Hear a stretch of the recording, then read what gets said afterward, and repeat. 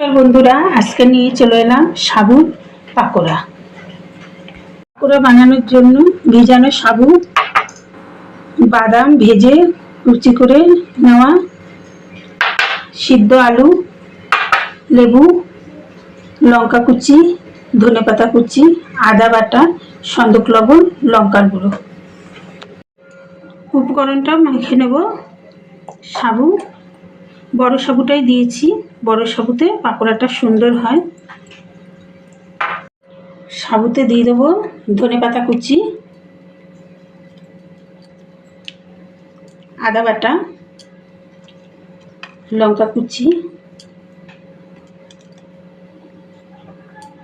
বাদাম, লেবুর রস,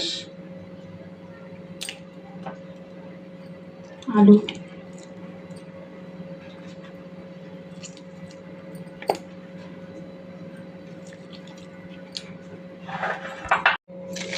সন্দক লবণ,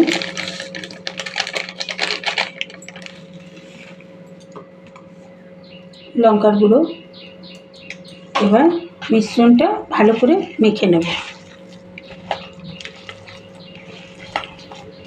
সব কিছু ভালো করে মাখা হয়ে গেছে, এবার ভেজে নেব।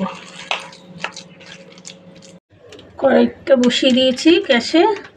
এবার কড়াইতে তেল দিয়ে দেবো। তেলটা আমার ভালো করে গরম হয়ে গেছে।